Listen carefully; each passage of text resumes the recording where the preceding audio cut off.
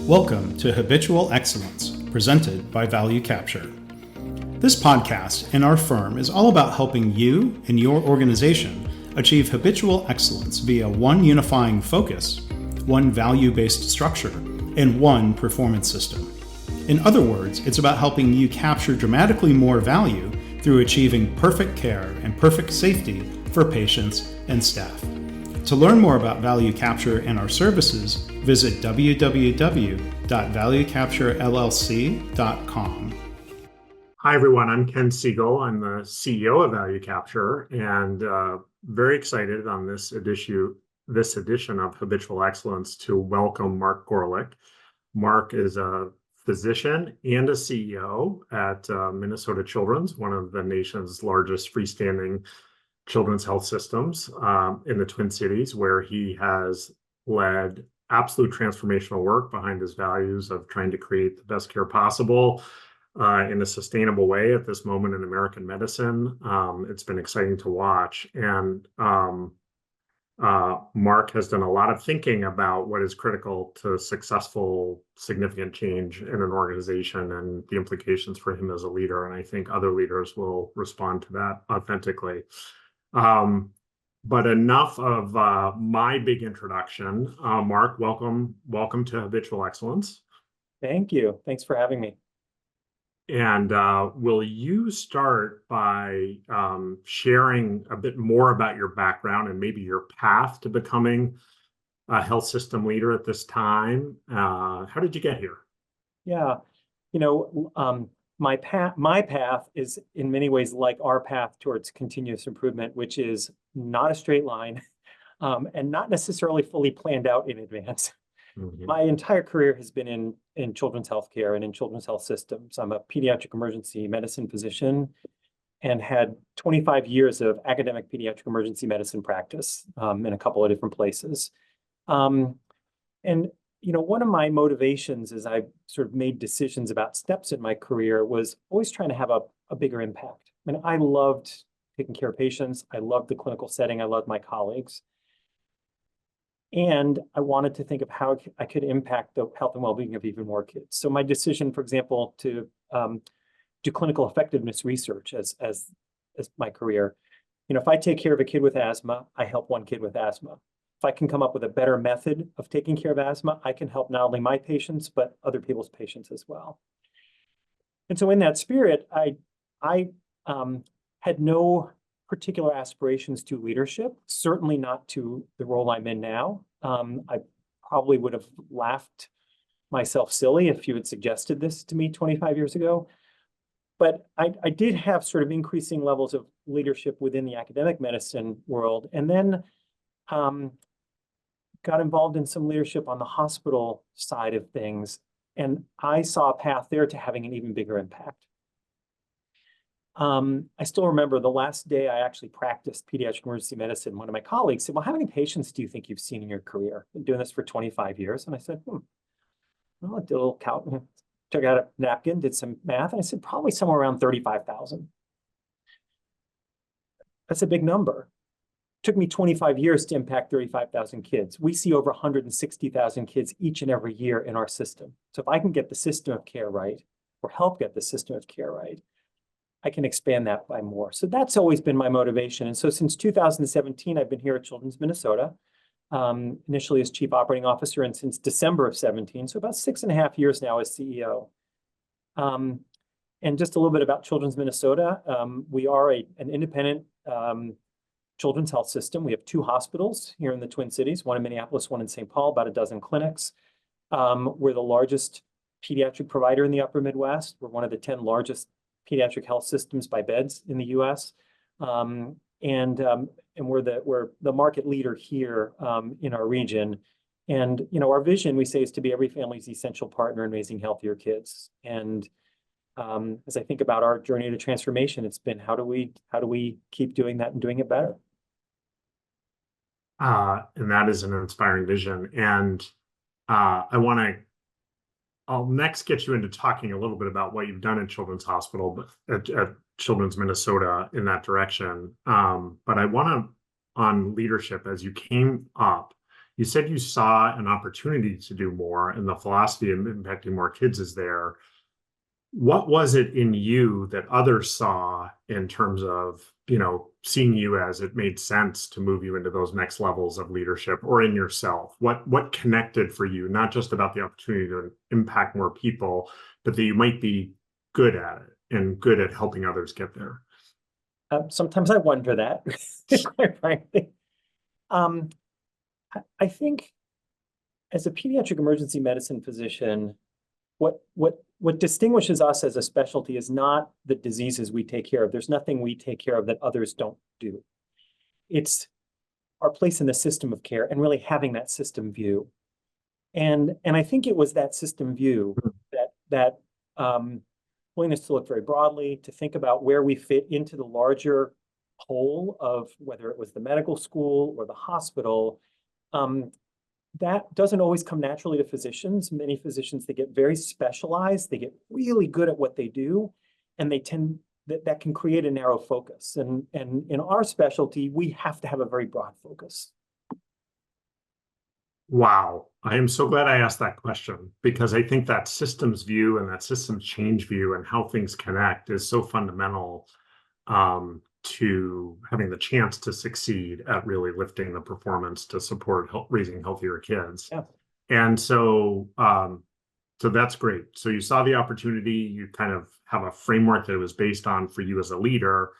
You come into children's and because you're a leader that does the work, not just talks the work.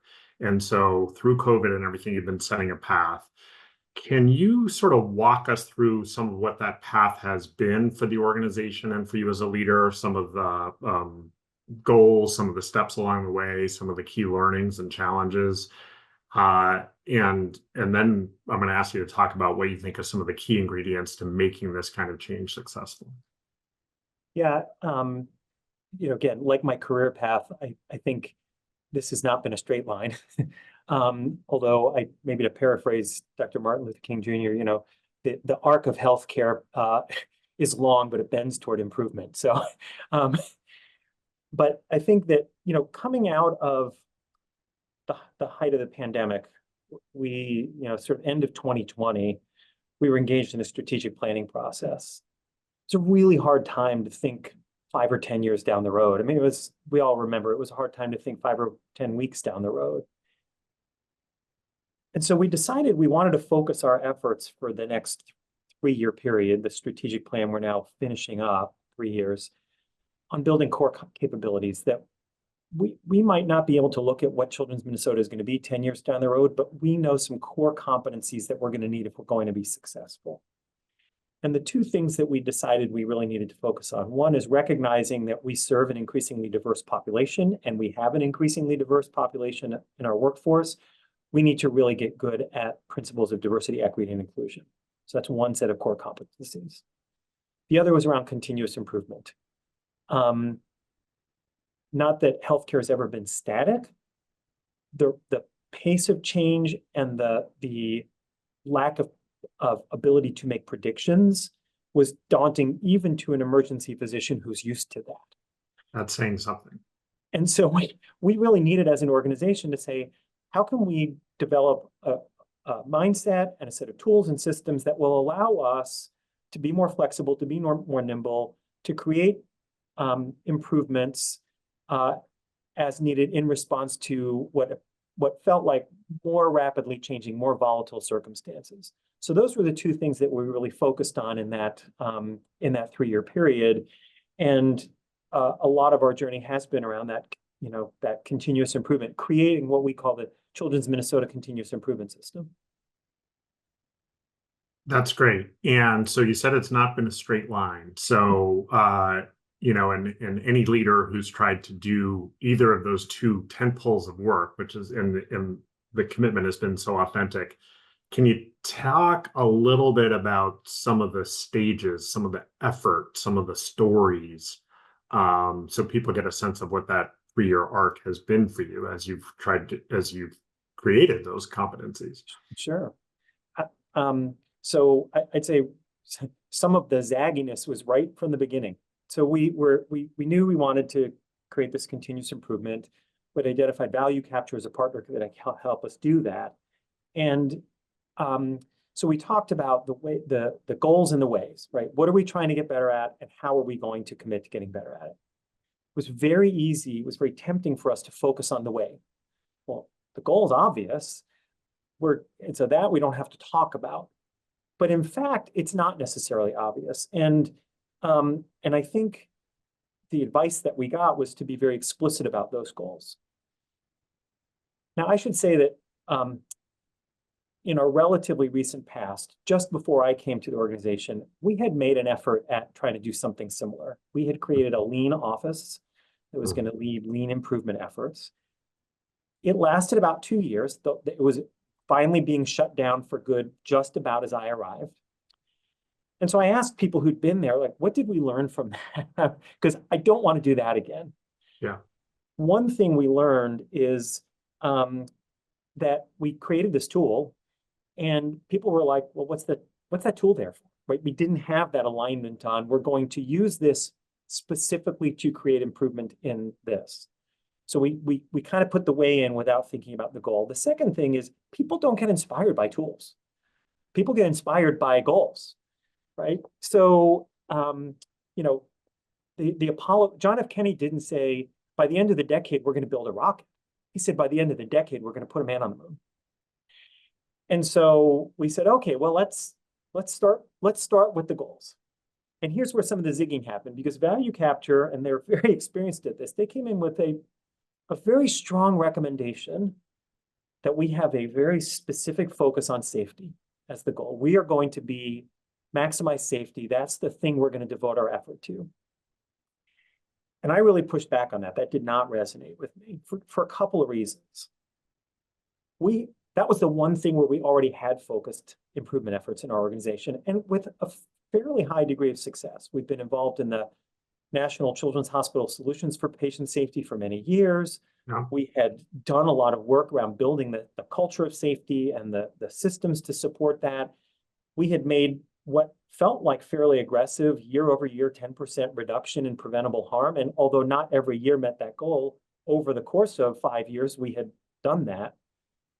I didn't think that felt sexy enough. Like if I go out and tell people, okay, we're going to do this big new thing so we can focus on safety, and they say, well, what have we been doing? Right. The other is I had spent the last 2 years really trying to get the organization to think holistically about quality. Mm-hmm. We talk about quality and safety. And when we do that, almost always when I ask people, what do you mean by that? Well, quality is outcomes. Well, the Institute of Medicine, or now the National Academies of Medicine, defines 6 domains of quality. And we had focused a lot on outcomes, and we focused a lot on safety with good results. Mm-hmm.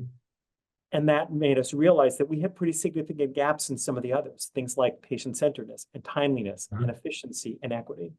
Right. So I've now spent 2 years telling people we need to think beyond safety. We need to think beyond that. Yeah. We need to think about quality holistically.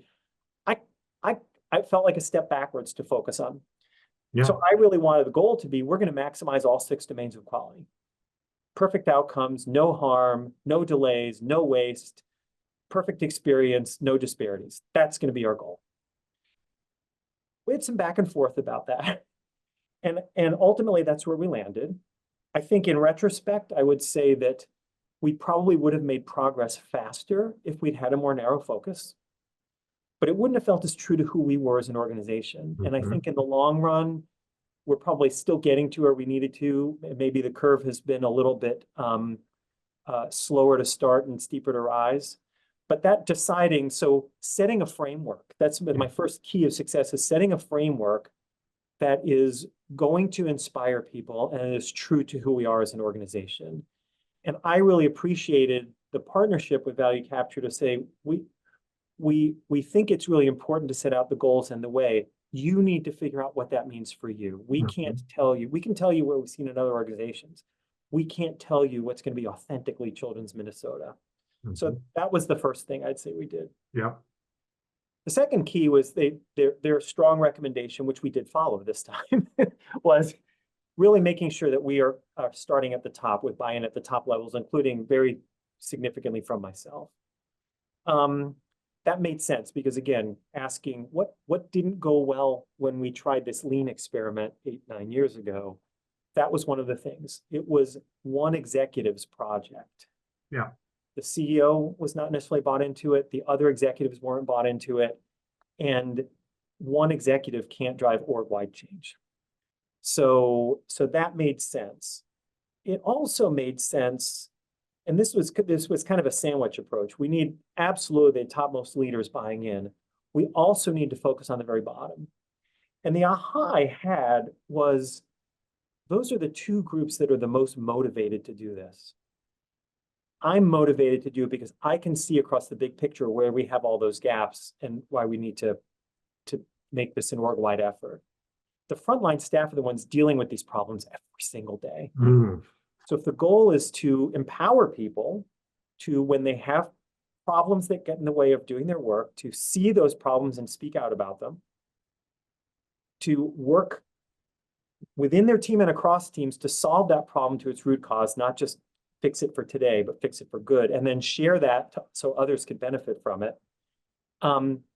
They're motivated to do that because they're the ones who every single day are dealing with not getting the medicines they need or not getting the phone answered or whatever that problem is.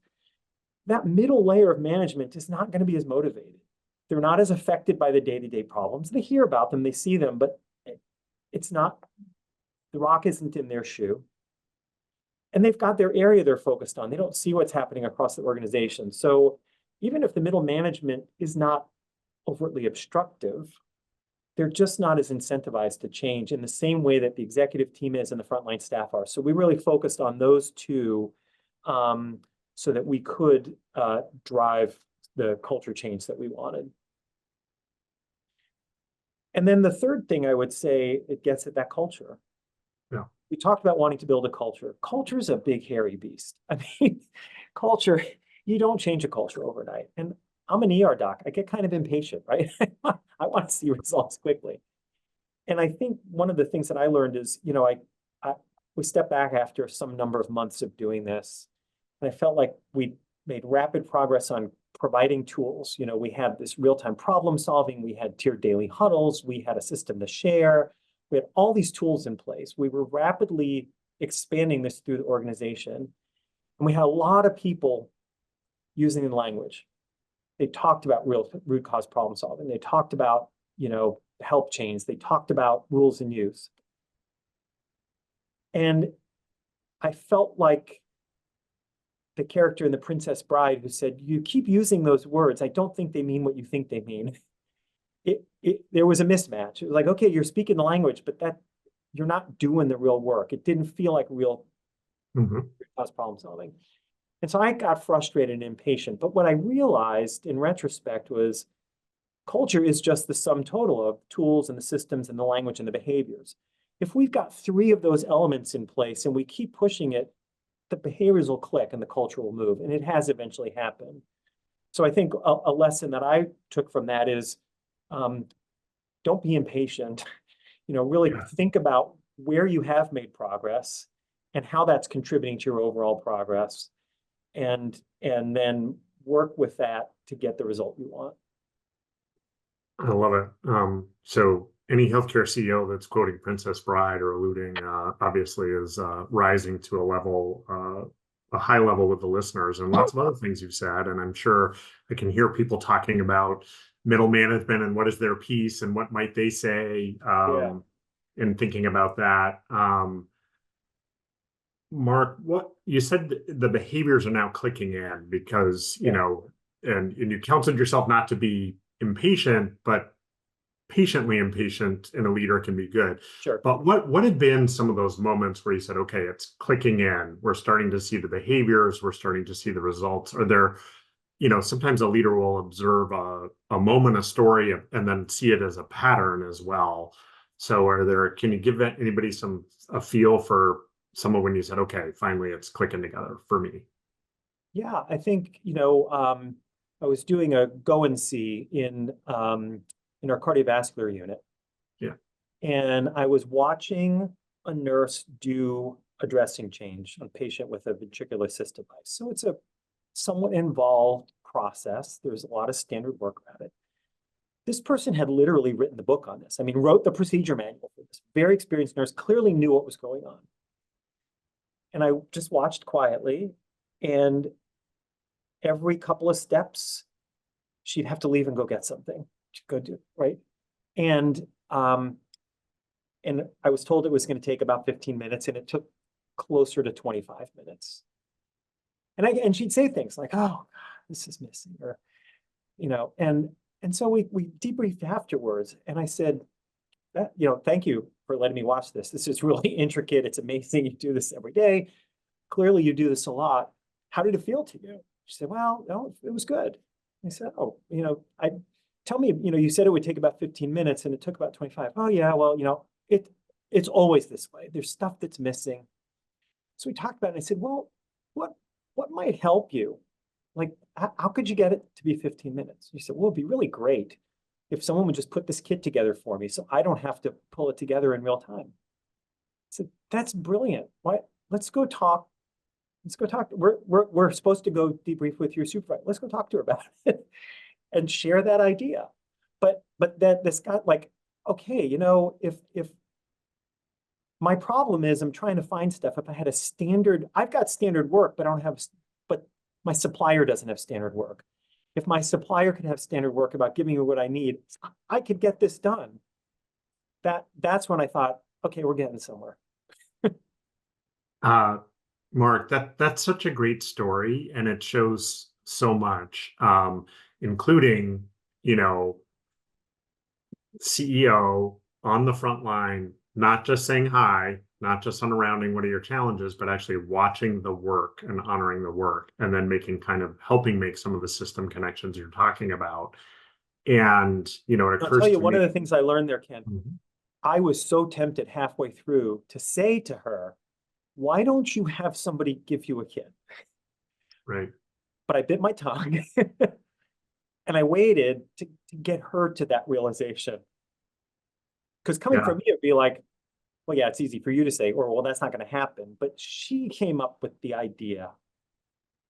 Yeah, exactly. And you unlock that potential and the energy behind that aspirational idea, people being excited by the goal, being involved, et cetera, in ways that make a difference for themselves and their patients. And, I think listeners who are the listeners to this podcast are very sympathetic with this way of thinking. And I think we all feel if more leaders, and it was the standard to lead as you are doing and setting those patterns across American healthcare, this could be happening at even greater scale, even faster. But it's also exciting. You mentioned solutions for patient safety, and I think we all want to tip our hat to your efforts and to the children's hospitals' efforts collectively around the country, where harm to kids has been driven down by more than half through collective efforts. Exactly. So far. So it is a great tradition to build on, and and then help everybody make the connections that you're making in that way. Right. Mark, earlier as you talked about coming to something that was authentic to the organization, you use the word authentic, and you've talked about authenticity for you and for the organization as being a key to success. Could you talk a little bit more about how you came to think about that, realize it, and why it's so important to something changing in a very complex, culturally set organization? Yeah, again, I think some of it, as I alluded to, is doing something that's going to inspire people. And we have people who've been here for not very long. We've been people who've been here for a very long time. Something that feels foreign is not going to be as inspiring. So I think building on what we already have, we want to be every family's essential partner raising healthier kids. We pride ourselves in providing high quality care and really leaning in so that, again, we've been thinking about quality holistically. Let's run with that and say, let's work on advancing that. Particularly because, again, safety is something where we'd actually made progress. Yeah. We'd started recognizing, especially, remember, this was not only in the wake of the first months of the pandemic, but also in the wake of the murder of George Floyd, which happened just 12 blocks from our Minneapolis hospital. It affected our community in a significant way. And the wide open view we had to the disparities that we had in our community and within our system, there was a real urgency that we felt about addressing equity. I couldn't expect to get the same level of buy-in on continuous improvement if I excluded that. So, Yeah. so it allowed us as an organization to be authentic. Yeah. I think it also, part of it was, this is something that I'm passionate about, right? And partly it's my earlier career, again, in clinical effectiveness research and so on. But it really resonated with me because I did not use the language of continuous improvement, but an experience I had early on in my time about feeling empowered to make a change. One of the most common procedures that I had to do as a pediatric emergency physician was suturing wounds. And as we all know, the eyes go after a while, and we're often using very little sutures in little kids. I was struggling to see the sutures. And I see the consultants come in with their fancy loop glasses. And I said, we should get those. So I asked our, patient care manager, I said, can we get these loops? Well, we've tried that, but they're very expensive and they always walk. We can't secure them. And I said, well, I have an idea. We have a medicine cabinet, a Pyxis system, that only the nurses have access to. Could we use one of those drawers to store the loops? So if I need them, I have to go ask the nurse, and there's a record of me having it, and it's got to go back in, and we're both responsible for that. Sure, we can try that. Let's see what happens. So we tried that. Those loops were still there 14 years later when I was no longer working in the emergency department. Yeah. But I did not hit the bureaucratic stone wall. I had an idea, might have been a crazy idea. Who heard of putting a piece of equipment in a medicine cabinet? People said, sure, we can give that a try. Yeah. And I felt that empowerment. So I know what that feels like, and I want others to feel that too. Oh, that's great. Anchoring in that human emotion from having done the work and and which is all about, and the people who do the work. I just love that story. Mark, you make so many connections, and you don't just make them intellectually, you make them in the doing. So I want to sort of go to some of these connections. So, and thank you for bringing up the murder of George Floyd and that moment, the moment in time that we're still living in after, and the intensity of the proximity and the meeting in the Twin Cities. And so you centered there as part of your CQI journey, and you talked about creating these twin competencies of inclusion, and you're much more eloquent about it than I, and CQI. What's the relationship between the two? How has one helped the other, vice versa, or been a challenge? I can think of different ways. But how have those two things knit together? Give us some texture that way. Yeah, no, I do think they're mutually supportive and reinforcing in many ways. So again, if I think about, we're trying to apply continuous improvement to the way we improve all 6 domains of quality, and including the domain of equity. So as we think about disparities, it can get really discouraging, right? Yeah. There's, it's so multifactorial. It's partly about what happens within our walls. It's a lot about what happens outside of our walls. It's really easy to feel daunted by it. If I put a continuous improvement mindset on it, of talking to people who are doing the work, getting their ideas for improvement, trying little things to see what works, can help break down what feels like an overwhelming problem into one that I'm not going to fix the whole thing, but I can make progress. And I'm not going to make progress always. Some of those experiments will tell me that that's not actually an effective intervention. Right. But collectively, it's a way of making progress. Similarly, as we take on continuous improvement in whatever domains of our organization, making sure we're looking at it with an equity lens. Am I designing my tests of change in a way that will benefit everybody? Or are there going to potentially be unintended consequences that I need to think about?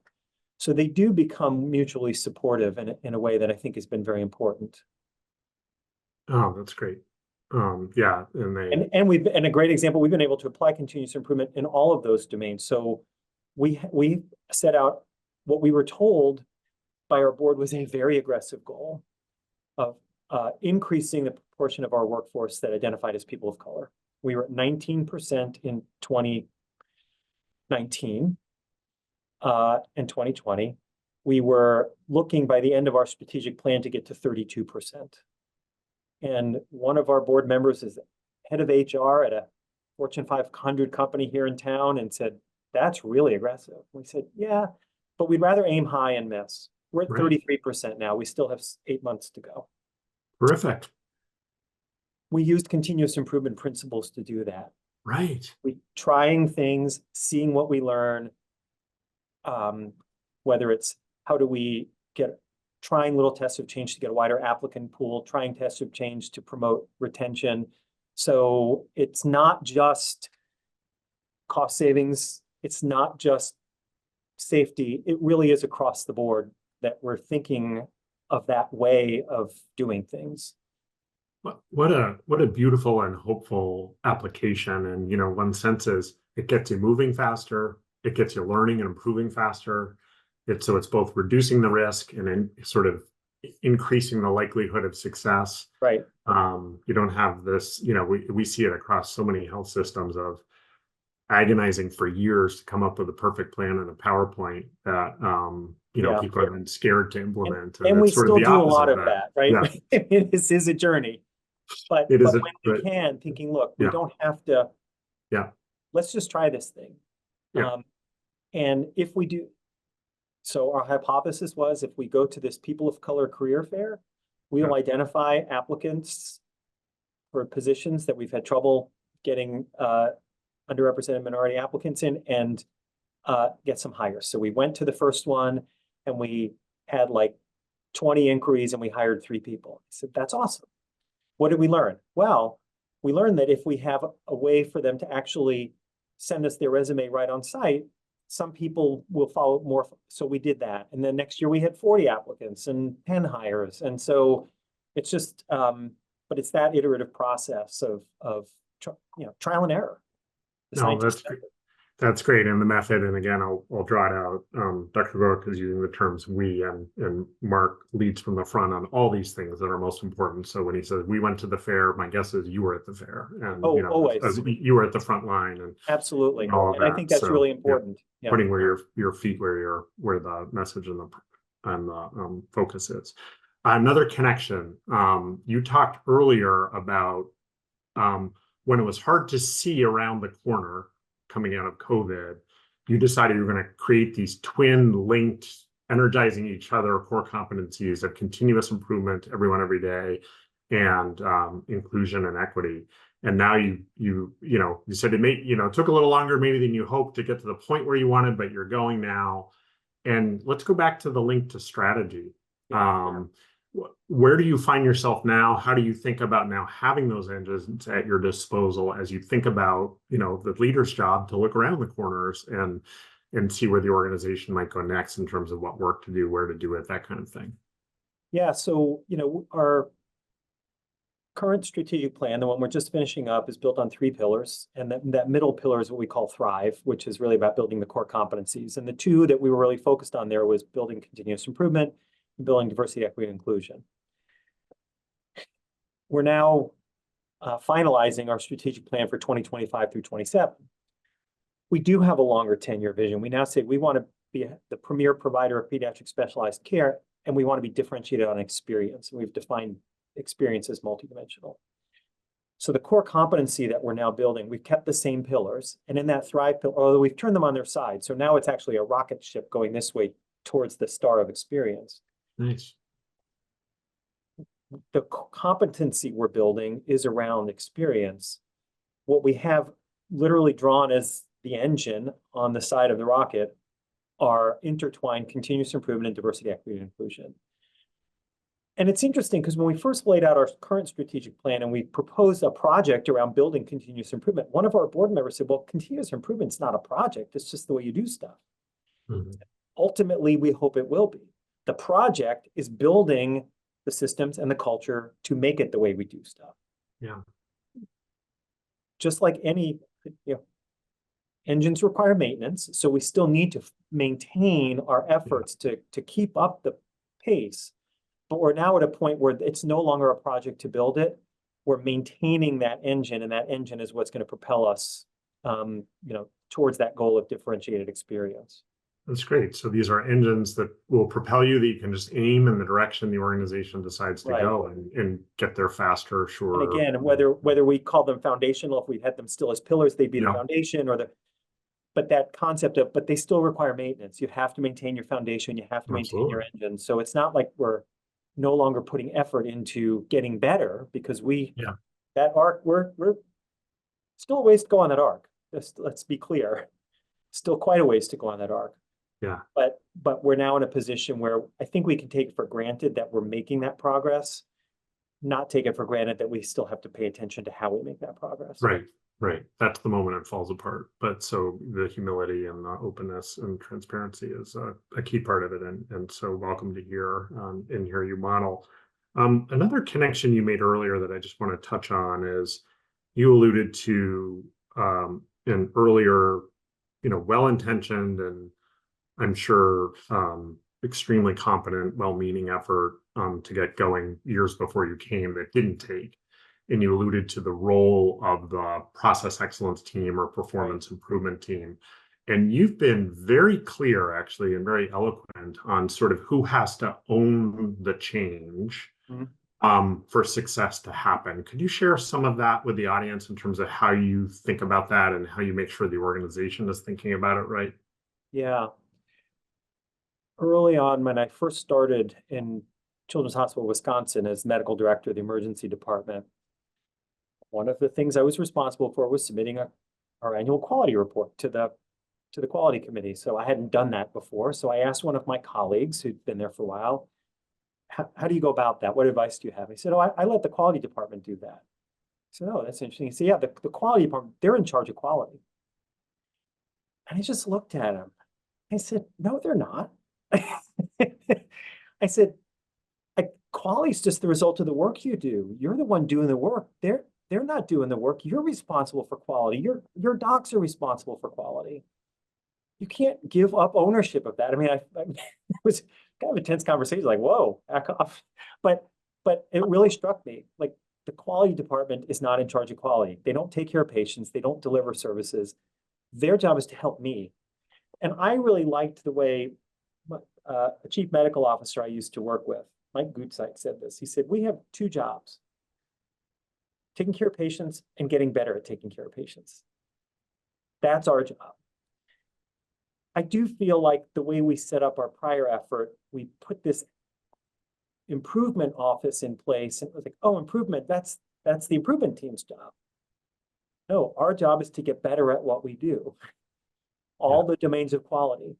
Their job is to help us do it. They have expertise in those methods. I have expertise in doing the work.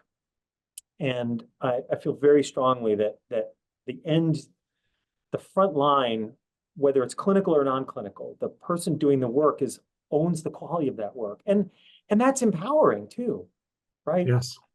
Like, if I do a good job, if I deliver great care, I've done a great job. That's on me. Nobody else gets the credit for that. That's me. Right. So I think it's important to make sure that we do locate that responsibility and authority for delivering quality in the people who do the work. It's such a foundational part of the leader and organizational mindset that has to be in place to succeed and succeed at scale and with sustainability. And it's one so often, because of our overwhelmedness and how people think delegation, get missed. And so you've shared many nuggets today, but I hope leaders will attach to that one and think through its many implications, which can actually be quite simplifying and empowering, as you said, which is terrific. Marc, another last, again, the connections you've made. You talked about your clinical effectiveness research, and that's not a topic that's come up much on habitual excellence, but it's a fascinating one. And it's great to also think about the connections between that in continuous improvement and operational leadership. And you're sort of in position to put them all together. So looking back on the different, all of the parts of that elephant you've been a part of leading and in different ways, what advice do you have for the clinical effectiveness community on the one hand, and advice for fellow leaders, medical and operational, who may not be aware of the riches of insight that can be offered by the research on operational effectiveness? I think that's great because there is a growing body across many specialties of clinical effectiveness research. And, that's a fairly broad term, but it includes, not only traditional sort of clinical trials, but, care algorithms, scoring systems, and so on. And, to me, and again, I did not use this term, I think a lot of what I did fell in the category of developing standard work for clinicians. So on the one hand, clinicians sometimes push back on this concept of standard work and helping them realize your culture is one that actually drives that, right? Any specialist comes to me, I can pull a body of literature from their practice that shows that sort of, so we can use the term best practices instead of standard work, but it's the same concept. And then, so that's on the one hand. And then on the other hand, helping people realize you don't have to reinvent the wheel, right? If you want to understand standard work for, asthma, there are a lot of studies out there that will tell you what the standard work should be. You just have to take it and put it into a form that works for in your system. So you don't have to redo all of that. There's a lot out there that we can borrow from each other. Well, those are great connections to make. And I appreciate you doing it because in many ways we're working in different parts to try to be systemic together and try to learn together and take advantage of really the embarrassment of riches of these fields, building up knowledge, et cetera, effectively. Absolutely. So thank you for representing the bridge across and what the possibilities are. Marc, when you think about what's next for you as a leader in Children's Hospital, you talked about strategy emerging and things like that. But in staying on the improvement engine and not assuming that you have it, are there other things you see ahead for yourself and other lessons or things that we haven't touched on yet that you think, peers sitting with similar values-based ambitions as you and also similar challenges, that might be helpful in helping them and helping the community move forward overall? Yeah, I think for me, one priority is getting to this point where it's hardwired. I think it's still relatively easy to say, yeah, if Marc weren't here, maybe we wouldn't be doing this. It's getting harder to say that, but I don't know that it's actually hardwired yet. And I think hardwiring it is important because, again, the pace of change is not going to slacken off. The challenges that we're going to face to deliver better outcomes, to deliver more safety, to be more efficient, to be more timely, to be more patient-centered, and especially to be more equitable, they're not going away. So I want to make sure that this really is, the way Children's Minnesota does things. For me, I'll be honest, the hardest part of this transition for me has been a broader leadership change that we're trying to do here, which is to really move from a model of leader as expert to leader as coach. Yeah.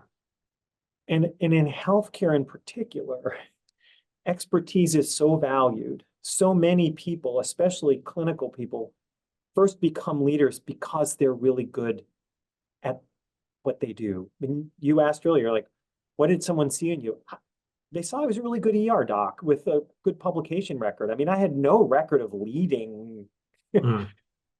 I got my first opportunity to lead because of the expertise I had. Interesting. And we often stay in that mindset of leader as expert, and it works up to a certain level. There's no way a CEO can be expert in close to everything that we do. I know next to nothing about supply chains, about managing accounts receivable, about managing a radiology department. That's just not my expertise. But so often the leader reinforcement is you're really good at it, you're the best at it, so you become the leader, and the temptation is to then solve the problem. It gets back to my experience with observing in the cardiovascular unit, it was so tempting to say, put together a kit for crying out loud. Yeah. But to step back and instead of being the expert who's looking at it and saying, well, I see what your problem is, coaching that person to see the problem. And that's, again, I grew up in academic medicine. That's not the culture of leadership in academic medicine. It's more of a culture of leader as expert. And so I'm continuing on my personal journey of continuing to try to be more of a coach and less of an expert. I love it. And another absolutely foundational point and sort of truly deeply challenging, but also energizing base to sort of drive organizations forward optimistically and in an empowering way. And on that note, and you talked about, clinical expertise being so prized and clinical leadership rising that way. So listeners to the podcast may hear echoes of Marc's chair of surgery, Tim Lander, who did a podcast with us talking about his transformation journey of these same experiences that Marc led, which he was eager to have Marc on because of how you've created the opportunities for that. But it's a rich bookend to exactly what you're talking about and what that looks like from the clinical leader end within the organization. So check that out, listeners. And Dr. Gorelick, Marc, we can't thank you enough for joining us today. It's been full of rich learning, and I know listeners will agree. Listeners, if you're not already a subscriber to Habitual Excellence, please check it out on your favorite podcast distributor of choice. Give us a like, etc. You'll find lots of leaders who think and act and do, like Dr. Gorelick, to help us collectively move healthcare forward. And if you want more information about what Children's Minnesota is doing, which is truly terrific stuff, their website is not run-of-the-mill. It is inspiring and full of many resources you can tap into there. Dr. Gorelick is a sought-after thought leader, and it's not hard to find interviews and discussions with Marc and other places on the web. So together with his peers, and of course our website, valuecapturellc.com, has resources connected to many of the ideas and systems moving forward topics that have been discussed here. So check that out as well. Marc, thanks for being with us. Thank you so much for the opportunity to reflect and share. Thanks for listening to Habitual Excellence, presented by Value Capture. We hope you'll subscribe to the podcast, and please also rate and review it in your favorite podcast directory or app. To learn more about Value Capture and how we can help your organization on this journey to habitual excellence, visit our website at www.valuecapturellc.com.